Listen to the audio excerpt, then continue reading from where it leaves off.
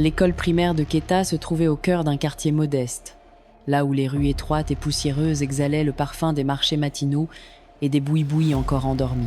Les bâtiments étaient vieux, blanchis à la chaux, avec des fissures profondes sur les murs et des toits de tôle ondulés rouillés. La cour, pavée de petites pierres, résonnait chaque matin sous les pas des enfants, qui arrivaient en masse, pressés de retrouver leurs camarades. La vie de l'école était rythmée par la cloche, les cris des enfants, les courses derrière un ballon et les courses vers la cantine improvisée. C'est à cette cour que Mama Fanny installa son étal un matin de rentrée. Elle était toujours silencieuse, mais ses yeux avaient une intensité inhabituelle, sombre et pénétrante, qui semblait observer chaque enfant avant même qu'il ne s'approche. Ses marmites fumaient doucement, et le parfum sucré de ses préparations s'étendait sur la cour comme une brume invisible. Les enfants s'approchaient par instinct, attirés sans raison apparente, et ceux qui s'arrêtaient un instant près de l'étal semblaient s'animer d'une énergie soudaine, presque fébrile. Ce qui était frappant, c'était la précision avec laquelle elle distribuait la nourriture. Chaque beignet, chaque portion de bouillie ou galette de maïs n'était pas seulement nourrissant. Il contenait un effet subtil, imperceptible, qui se déployait lentement dans le corps et l'esprit de ceux qui le consommaient. Les enfants ne se sentaient jamais mal sur le moment. Au contraire, ils se sentaient légers, éveillés, leurs sens stimulés d'une manière étrange et agréable. Mais cette légèreté était un leurre. Dans les jours qui suivirent, les effets devinrent visibles. Les meilleurs élèves de chaque classe commencèrent à montrer des signes de fatigue intellectuelle inhabituelle. Leur concentration diminuait, leur mémoire semblait floue, et leurs idées, autrefois claires et précises, se dispersaient dans le vide. Les enseignants remarquaient un changement subtil mais constant. Des enfants auparavant brillants devenaient distraits, confus, incapables de suivre le rythme habituel des cours.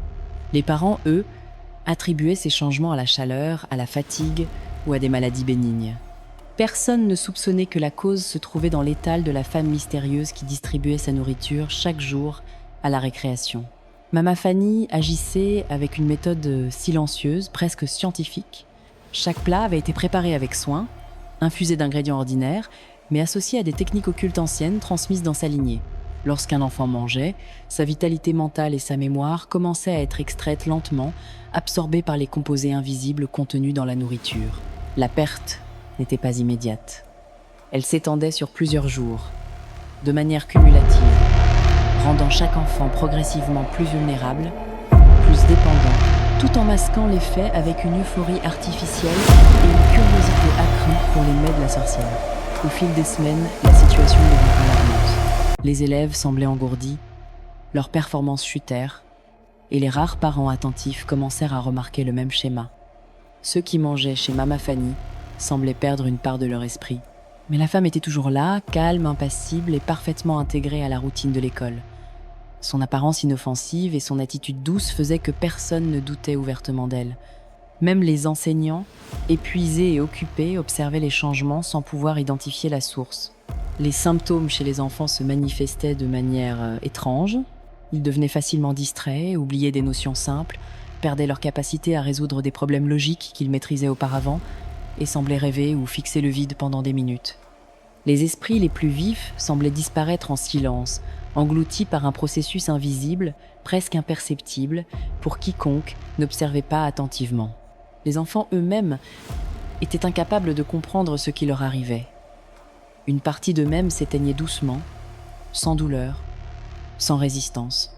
Mama Fanny, quant à elle, ne montrait jamais de précipitation. Chaque soir, lorsqu'elle rentrait dans sa petite maison derrière l'école, elle déposait dans un grand chaudron noir ce qu'elle avait recueilli au cours de la journée. Les énergies extraites des enfants semblaient se condenser en une matière subtile, brillante et mouvante, qui se transformait lentement en force vitale pour elle. La sorcière devenait plus jeune, plus alerte, et son esprit se nourrissait de la créativité et de l'intelligence qu'elle subtilisait. L'ampleur de son pouvoir ne se révélait pas immédiatement aux habitants. Les enfants n'étaient pas tous gravement affectés en un jour. Mais au fil du temps, les meilleurs élèves perdaient leur vivacité, leur capacité à penser rapidement et à résoudre des problèmes, tandis que la dépendance à la nourriture de la sorcière augmentait. Les parents et enseignants étaient incapables de relier cette dégénérescence progressive à un acte concret, car Mama Fanny se fondait parfaitement dans l'environnement de l'école. La tension monta lorsque les enfants les plus âgés commencèrent à montrer des signes de confusion permanente. Les anciens élèves et quelques enseignants attentifs comprirent que l'école elle-même était compromise. L'atmosphère dans la cour devint lourde, presque tangible. Même ceux qui n'avaient pas mangé de sa nourriture ressentaient une gêne, une agitation invisible qui flottait dans l'air. La sorcière disparut un matin, sans prévenir. Son étal fut trouvé vide, sa marmite encore chaude sur le sol. Mais l'effet de son passage perdura. Les enfants continuèrent à montrer des signes de fatigue mentale et de diminution des capacités cognitives.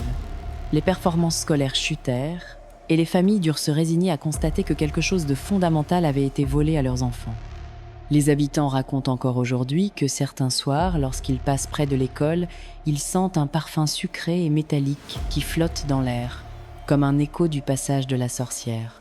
Et certains anciens disent que si l'on ferme les yeux trop longtemps près de la cour, on peut apercevoir une silhouette encapuchonnée, une marmite fumante à ses côtés, semblant observer, attendant silencieusement sa prochaine victime. Ainsi, la légende de Mama Fanny perdure. Une femme qui se tenait devant l'école, vendant de la nourriture inoffensive en apparence, mais capable de voler l'intelligence des enfants avec une précision et une patience effrayantes. Chaque enfant affecté, chaque esprit affaibli, reste une trace silencieuse de sa magie et de sa cruauté méticuleuse. Même aujourd'hui, les enseignants et parents de Keta regardent la cour avec méfiance, sachant que la perte invisible de l'esprit est parfois plus terrible que n'importe quelle menace visible. Quelques mois passèrent après la disparition de Mama Fanny, mais l'ombre de sa présence restait suspendue au-dessus de l'école. Les enseignants avaient tenté de rétablir le rythme des cours, de raviver l'enthousiasme des enfants, mais quelque chose demeurait brisé. Ce n'était pas seulement la mémoire ou la vivacité qui manquaient aux élèves. C'était comme si une partie d'eux-mêmes refusait désormais de s'éveiller. Les classes semblaient plus silencieuses, les jeux dans la cour moins spontanés. Même les rires, jadis éclatants, semblaient étouffés dans l'air chaud de Keta. Un jour, à la saison des pluies, un jeune instituteur récemment affecté à l'école, nommé Jonas, décida de repeindre la salle de classe la plus délabrée. En déplaçant une vieille armoire, il découvrit un trou dans le mur, soigneusement dissimulé par une plaque de bois. Derrière, une petite cavité contenait un sac de toile effiloché. À l'intérieur, il trouva plusieurs cailloux polis, gravés de symboles étranges, ainsi que des mèches de cheveux, soigneusement attachées, avec des rubans d'uniforme d'écolier. Ces rubans, bleus et blancs, étaient tachés de minuscules traces brunâtres. Jonas sentit un frisson lui parcourir la nuque. Il n'en parla à personne, mais il remit le sac là où il l'avait trouvé. Le soir, dans le silence de la pluie, il crut entendre des murmures provenant du mur, comme si des voix d'enfants chuchotaient des leçons oubliées. Le lendemain, il tomba malade.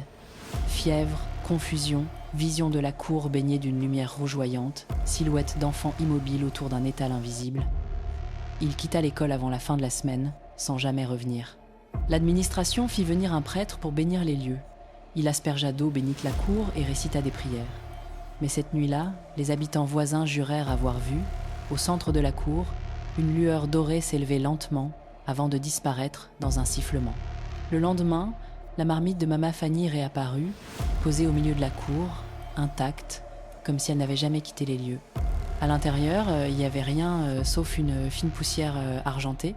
Certains disent que cette poussière était la trace des âmes d'enfants que la sorcière n'avait pas pu emporter. D'autres pensent que c'était la mémoire perdue des petits de Keta, offerte en sacrifice pour nourrir son pouvoir.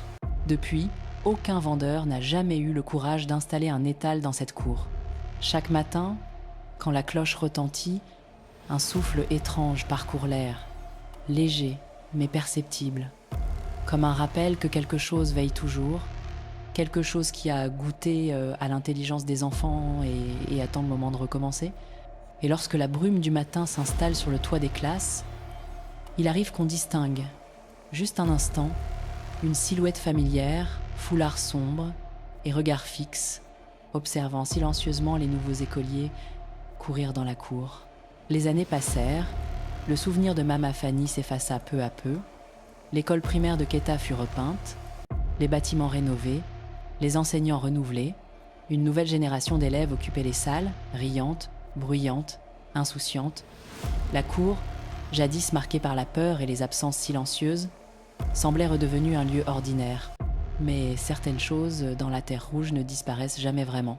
Chaque matin, un parfum léger de bouillie chaude flottait encore dans l'air, même lorsqu'aucune vendeuse n'était là. Les enfants, eux, ne savaient rien.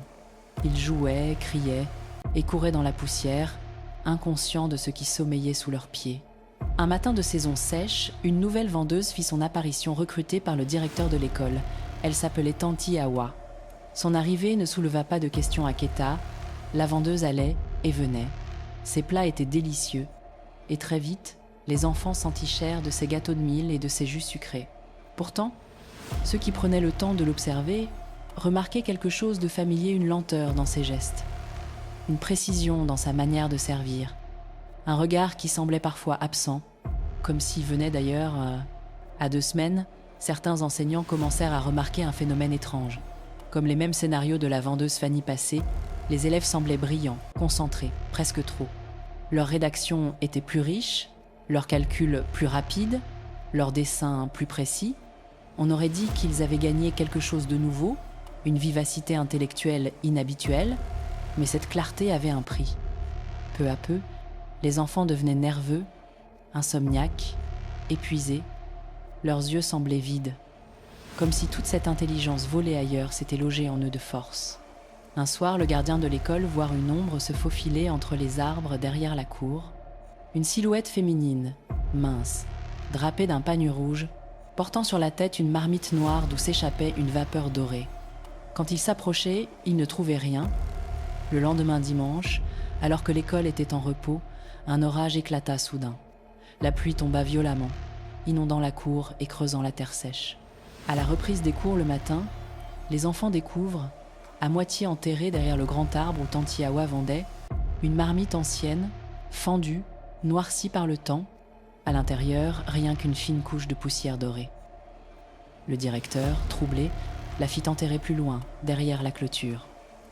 Mais depuis ce jour, la vendeuse disparut sans laisser de traces. Personne ne revit Tanti Awa. Les enseignants, les parents et les élèves reprirent leur routine, sans poser trop de questions que le parfum de bouillie chaude revient dans l'air, sans qu'aucune marmite ne fume dans la cour.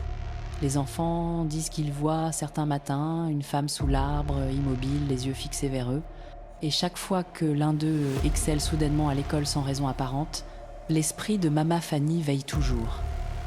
L'intelligence qu'elle a volée cherche encore un corps où vivre. C'est ainsi que les membres de l'administration décident que chaque parent d'élève prépare des emportées de nourriture pour leur. L'histoire de la vendeuse sorcière de Keta continue de hanter les générations. Tranquille, enracinée dans la mémoire du sol et dans le souffle des enfants qui y grandissent. Car certaines présences, une fois appelées, ne partent jamais vraiment. Elles changent simplement de visage, de nom